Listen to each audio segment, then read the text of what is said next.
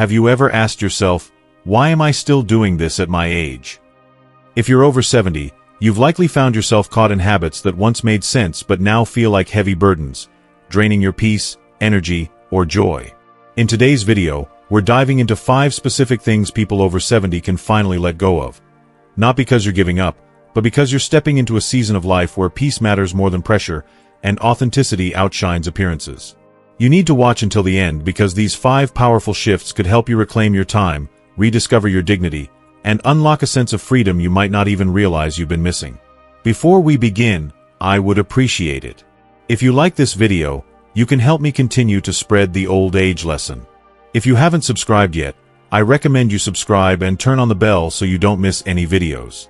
If you like this video, please comment number 1. If you don't like it, comment number 0 to let me know, so I can make a better video for you. Now let's get started. Number 1. Forcing yourself to please everyone. One of the most pervasive and draining habits that many individuals over 70 carry into their later years is the compulsion to please everyone around them, often at the expense of their well-being. This tendency, deeply ingrained from decades of prioritizing others, can feel like an unshakable obligation, a weight that grows heavier with time, stealing moments of peace and authenticity. I want to speak directly to those who feel this burden. You've carried this load long enough, and it's time to set it down. The cost of constantly bending to others' expectations is not just physical exhaustion but a quiet erosion of your sense of self. This habit often begins innocently enough. You agree to attend a social gathering despite feeling drained, simply because you don't want to disappoint a friend. You hold your tongue when someone crosses a boundary, fearing that speaking up might create tension. You volunteer to babysit your grandchildren for the 4th time in a week, even though your body aches for rest, because you believe it's your role to always be there. Each small concession seems manageable in the moment, but over time, these choices accumulate. You begin to feel like a supporting actor in your own life, your days shaped by others' needs rather than your desires. It's as if your life no longer fully belongs to you. For many in this age group, the instinct to please others stems from a lifetime of cultural conditioning. If you grew up in an era where self-sacrifice was celebrated as a virtue, particularly for women, but also for men in roles like provider or peacemaker, you may have internalized the idea that your worth lies in how much you give. Self-care, by contrast, was often dismissed as indulgent or selfish. But now, in your 70s or beyond, it's time to challenge those outdated rules. You've earned the right to prioritize your own needs, to speak your truth, and to stop bending yourself into knots just to maintain harmony. True relationships, those built on mutual respect, will not only survive this shift but thrive because of it. And those that falter? They may not have been as genuine as you thought. There's a profound wisdom in the words of a friend I knew in his late 80s, who once told me, "At some point, your no becomes as sacred as your yes." Those words stayed with me because they capture a truth that becomes clearer with age. Setting boundaries isn't about pushing people away. It's about creating space for relationships that are authentic and reciprocal. When you honor your limits, you invite others to engage with the real you, not a version stretched thin by obligation. Consider the story of Carol, a 74-year-old woman who spent decades as the linchpin of her family. She was the one who hosted every holiday, mediated every dispute, and said yes to every request, no matter how taxing. She saw herself as the glue holding everyone together, but one morning, she woke up feeling not just tired but utterly depleted, bone-deep exhausted. She confided in me. Not a single person had asked how I was doing in years. I realized I'd been giving so much that I'd forgotten what I needed. That moment was a turning point. Carol began to practice saying no when she meant it, whether it was declining to host another gathering or admitting she needed a day to herself. To her surprise, her world didn't collapse. Instead, her relationships clarified. Some grew deeper, rooted in mutual respect. Others faded, revealing their one-sided nature. Most importantly, Carol felt alive again, reclaiming a sense of agency she hadn't realized she'd lost. This shift isn't about becoming selfish or cutting people off. It's about recognizing that your time and energy are finite, especially as you age, and choosing to spend them on what truly matters. By prioritizing yourself, you become more present, more engaged, and more capable of giving love from a place of fullness rather than depletion. So, pause and reflect. When was the last time you made a choice purely for your joy, without worrying about what others might think. If it's been too long, it's time to start again, not with guilt or apology, but with the quiet confidence of someone who knows their worth. You've lived long enough to understand what matters, and you matter, too. Your peace is not a luxury. It's a necessity. Number 2, trying to look young for everyone else. Another exhausting habit that many carry into their 70s is the relentless pursuit of a youthful appearance, driven by external pressures rather than personal desire. In a society obsessed with defying age, the message is loud and clear. You must fight every sign of aging with every tool at your disposal. Creams, hair dyes, cosmetic procedures, or even digital filters. For some, this pressure doesn't fade with age. It intensifies, as if growing older is a personal failing rather than a natural part of life. But here's a truth that wise older adults come to embrace. Chasing youth is not only exhausting but ultimately unfulfilling. It's time to let go of the fear that aging diminishes your value and instead embrace the beauty of a life well lived. This obsession with looking young often stems from a deeper cultural lie, that youth equals worth. You notice a new wrinkle and feel a pang of anxiety, wondering how others will perceive you. You dye your gray hair, not because you prefer it that way, but because you fear judgment. Each attempt to erase the signs of aging is less about feeling good and more about avoiding the discomfort of being seen as old. But this cycle of fear and effort rarely brings peace. Instead, it fosters a sense of inadequacy, as if the natural process of aging makes you less worthy of respect or love. That belief is not just false, it's toxic, robbing you of the dignity and confidence that come with age. Psychologically, this fixation on youth is rooted in a culture that glorifies superficial beauty and undervalues the wisdom, resilience, and perspective that only years can bring. After 70, you've lived through decades of change. Joys, losses, triumphs, and challenges. Those experiences have shaped you in ways that no wrinkle cream can replicate. Trying to erase the visible signs of those years is like trying to erase your story. There's nothing wrong with wanting to look your best, staying active, dressing in ways that make you feel confident, or maintaining your health. But that's entirely different from chasing an impossible standard of youth to please others. I met a man named Robert at a senior community center, 79 years old, who shared a powerful story. For years, he dyed his hair and obsessed over every new sign of aging, convinced it made him less relevant. But one day, he decided to stop. He let his hair go gray, stopped hiding his wrinkles, and focused on being himself. People started seeing me, he told me, not the version I was pretending to be, but the real me. That choice was liberating. He found that the people who mattered didn't care about his gray hair or lined face. They were drawn to his warmth, his stories, and the quiet strength he'd earned through a lifetime of experiences. Letting go of the need to look young allowed him to step into a confidence that was far more magnetic than any cosmetic fix. Embracing your age doesn't mean neglecting yourself. It means celebrating the body and face that have carried you through decades. Your wrinkles are a map of your laughter and tears. Your gray hair is a testament to the years you've navigated with courage. When you stop fighting age, you free up energy to focus on what truly matters. Your health, your passions, your relationships. The confidence that comes from owning your years is a rare and powerful thing, far more captivating than any attempt to turn back the clock. So, let your face tell your story. Let your presence reflect a life richly lived. And if these insights resonate with you, please comment number 2 below to share that you're here. If you haven't subscribed yet, I encourage you to do so and turn on notifications so you don't miss future content. Your support helps us continue creating meaningful conversations to inspire and empower you. If you are still watching this video and finding these lessons useful, please comment number 1 below to let me know that you are still watching this video with me. Thank you for your valuable time. Number 3, pretending to be okay all the time. Perhaps one of the most damaging habits carried into later years is the belief that you must always appear strong, cheerful, and unflappable, no matter what challenges you face. For many over 70, this stems from a lifelong habit of suppressing vulnerability, rooted in the idea that admitting struggle is a sign of weakness. You smile through pain, say, "I'm fine," when you're crumbling inside, and avoid sharing your burdens, believing you must keep the peace. But this pretense comes at a steep cost. Constantly pretending to be okay doesn't make you stronger. It makes you invisible, isolating you from the very connections that could offer comfort and understanding. Life after 70 is complex, layered with joys and sorrows that only deepen with time. You may face physical limitations, the grief of losing loved ones, or the quiet fear of becoming a burden. Yet, instead of sharing these truths, many older adults bury them, convinced that silence is strength.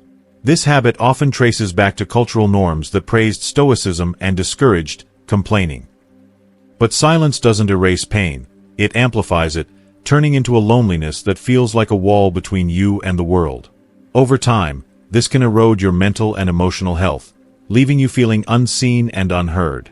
The Stoic philosophers, whose wisdom remains relevant today, taught that true strength lies in acknowledging reality without exaggeration or shame. Admitting you're struggling, saying, "Today is hard," or "I could use some support," is not a sign of weakness but a mark of emotional maturity. It's an act of courage that opens the door to genuine connection. When you hide your struggles, you don't just conceal your pain. You block others from offering the care and companionship you deserve. Your loved ones can't support a version of you that doesn't exist, and they want to be there for the real you, with all your complexities. I once knew a woman named Helen, 82, who embodied this struggle. After her husband's passing, she told everyone she was managing just fine, even as grief consumed her. She didn't want to burden her family or friends, so she carried her pain in silence. But behind closed doors, she was sinking into despair. It wasn't until she joined a support group and began sharing her story, first tentatively, then openly, that she found relief. She started talking honestly with her daughter, admitting when she felt lonely or overwhelmed. To her surprise, these confessions didn't push people away. They deepened her relationships. Her laughter returned, her connections grew stronger, and she no longer felt like she was living a double life. Honesty about your struggles doesn't diminish your dignity, it enhances it. It signals to others that you trust them enough to share your truth, and it invites them to do the same. The people who love you want to know what's going on, not hear another polite, "I'm okay," when your heart says otherwise. Asking for help or admitting you're not fine isn't a failure. It's a recognition of your humanity. You've spent a lifetime being strong for others. Now it's time to let others be there for you. You deserve to be seen, not as a perpetually cheerful facade, but as a full, complex, beautifully human person, with all your scars, fears, and resilience. So, if you've been carrying the weight of pretending to be okay, consider letting it go. Not because you're weak, but because you're wise enough to know that authenticity is the path to healing and connection. Number 4. Apologizing for living differently. One of the most pervasive and exhausting habits that many individuals carry into their later years, particularly past the age of 70, is the compulsion to please everyone around them, often at the expense of their well-being. This tendency, deeply ingrained over decades, can become a heavy yoke, weighing down the spirit and eroding personal peace. For many older adults, the desire to keep others happy stems from a lifetime of prioritizing the needs of family, friends, and even acquaintances over their own. This self-sacrificing behavior, while often culturally praised in earlier generations as a hallmark of virtue, can become a source of profound discontent in the golden years, when energy and time are more precious than ever. The pattern often begins innocently enough. You agree to attend a social gathering despite feeling drained or uninterested, simply because you don't want to disappoint the host. You bite your tongue when someone crosses a boundary, choosing silence over confrontation to avoid making a fuss. You take on responsibilities, like babysitting grandchildren multiple times a week or hosting endless family events, because you feel it's expected, even when your body aches for rest or your heart yearns for solitude. Each small acquiescence may seem insignificant in the moment, but over time, these moments accumulate into a life that feels increasingly out of alignment with your true desires. You may wake up one day and realize, as so many do, that your life no longer feels like your own. Instead, it feels like a performance scripted by the expectations of others. This habit of people-pleasing often has deep roots. For those who came of age in an era where self-sacrifice was equated with goodness and self-care was mistaken for selfishness, the instinct to prioritize others can feel like second nature. Women, in particular, may have been socialized to be the caregivers, the mediators, the ones who smooth over conflicts and keep the family unit intact. Men, too, may have internalized roles as providers or stoic pillars, suppressing their own needs to uphold an image of strength. But as you enter your 70s, 80s, or beyond, it's time to reevaluate these outdated scripts. You've spent decades giving, often generously, often joyfully, But now, you've earned the right to reclaim your voice, your time, and your boundaries. Consider the story of Carol, a 74-year-old woman I once knew, who spent much of her life as the linchpin of her extended family. She hosted every holiday, mediated every dispute, and said yes to every request, from watching her grandchildren to organizing community events. She saw herself as the glue holding everyone together, but at a steep cost. One morning, after decades of this role, she confided in me with a weary sigh. I woke up and realized I was exhausted, not just tired, but bone-deep, soul-weary exhausted. And not a single person had asked me how I was holding up. That moment was a turning point for her. She began to practice saying no, not out of anger, but out of necessity. She declined invitations that didn't spark joy, set limits on her availability, and started carving out time for herself, whether it was reading quietly in her garden or taking a leisurely walk alone. What happened next was remarkable. Far from causing the collapse of her relationships, as she had feared, her newfound boundaries brought clarity. Some connections deepened as family and friends respected her honesty and began to engage with her more authentically. Others, built on her endless giving, naturally fell away, revealing their one-sided nature. Most importantly, Carol felt more alive, more herself, than she had in years. Her story underscores a truth that many older adults come to realize. Saying no is not a rejection of others but an affirmation of yourself. It's a declaration that your needs, your peace, and your happiness matter just as much as anyone else's.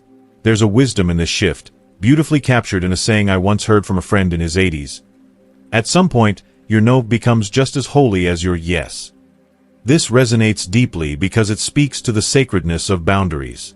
When you honor your limits, you create space for relationships that are rooted in mutual respect rather than obligation. You also give yourself permission to be fully present in the moments you do choose to share, whether it's a heartfelt conversation with a loved one or a quiet afternoon spent pursuing a passion. By letting go of the need to please everyone, you open the door to a life that feels lighter, truer, and more yours. So, pause and reflect. When was the last time you made a choice purely for your joy, without the shadow of someone else's expectations? If the answer feels distant, it might be time to start anew, not with guilt or apology, but with the quiet confidence of someone who has lived long enough to know their worth. You've given so much to the world. Now, it's time to give yourself the grace to live authentically. Ask yourself what you truly want, and don't be afraid to claim it. Your peace is not a luxury, it's a necessity, and it's never too late to make it a priority. If you are still watching this video and finding these lessons useful, please comment number 2 below to let me know that you are still watching this video with me.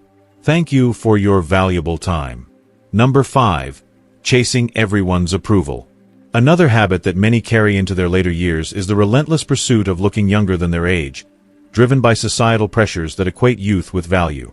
For those over 70, this chase can become not just exhausting but deeply unfulfilling, sapping energy that could be better spent embracing the richness of the present. We live in a culture that bombards us with messages about fighting aging at all costs, through anti-aging creams, hair dyes, cosmetic procedures, or digital filters that smooth away the evidence of a life well lived. Far from fading with age, this pressure can intensify in the later decades, as the gap between societal ideals and natural aging widens. The truth, however, is both simple and liberating.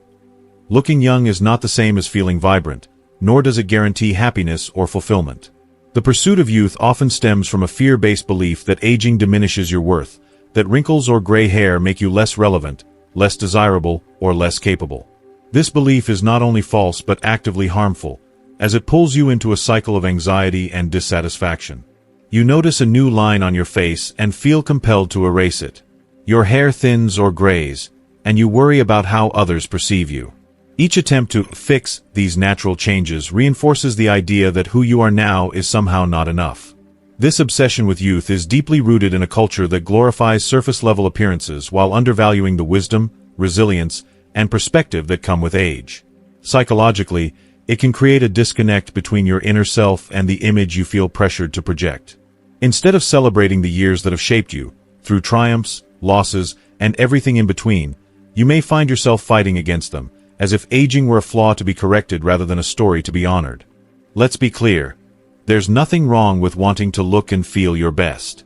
Taking care of your health, dressing in a way that makes you feel confident, or maintaining a sense of vitality are all worthwhile endeavors. But there's a profound difference between self-care and the desperate pursuit of a youthful facade. The former is about honoring your body and spirit. The latter is about conforming to external expectations that may not even align with your values. I once met a man named Robert, 79, at a senior community center, who shared a story that stayed with me. For years, he had dyed his hair and invested in treatments to minimize the signs of aging, believing it was necessary to stay relevant in a world that seemed to worship youth. But one day, he decided to let his silver hair grow out and stop chasing an image that no longer felt authentic. When I stopped trying to hide my age, he told me, people started seeing me, not the version I was pretending to be, but the real me. And that was the most freeing moment of my life. What he discovered was that true connection comes not from a flawless exterior but from the authenticity of your presence. Your humor, your kindness, your hard-earned wisdom. The people who matter most in your life, your children, grandchildren, friends, or partner, aren't drawn to you because of smooth skin or a full head of hair. They're drawn to the way you make them feel, the warmth of your laughter, the depth of your stories, the strength you carry in your quiet moments. These qualities, forged over decades, are what leave a lasting impression. Embracing your age doesn't mean giving up on yourself. It means owning the beauty of your journey, wrinkles, and all. It's about standing in the confidence that comes from knowing your value lies not in how young you look, but in how fully you live. So, instead of pouring time, money, and energy into fighting the inevitable, consider redirecting that energy toward what truly enriches your life. Take a walk in nature, pick up a hobby you've always wanted to try, or simply sit with a cup of tea and savor the moment. Let your face tell the story of your laughter, your tears, and your resilience. Let your body reflect a life well lived. That kind of authenticity radiates a confidence that no anti-aging product can replicate. If you're finding value in these reflections, I'd love to hear from you. Drop a number 2 in the comments to let me know you're here. And if you haven't already, consider subscribing and hitting the notification bell so you don't miss future insights. Your support helps keep this conversation going. As we wrap up, take a moment to reflect on what this stage of life truly means for you. Age brings clarity, revealing that peace, authenticity, and freedom are worth far more than the pressures and expectations we've carried for so long. The 5 things we've discussed today, letting go of pleasing everyone, chasing youth, pretending to be okay, apologizing for living differently, and seeking approval, are weights you no longer need to carry. By releasing them, you're not giving up. You're stepping boldly into your wisdom. What have you learned from this video that resonates with you? Please share one thing you've taken away and how you plan to put it into practice in your life by commenting below. Your thoughts inspire us and others. If you like this video, please leave your comment below, and don't forget to like, share, and subscribe to our YouTube channel. Thank you for watching, and we can't wait to see you in the next video.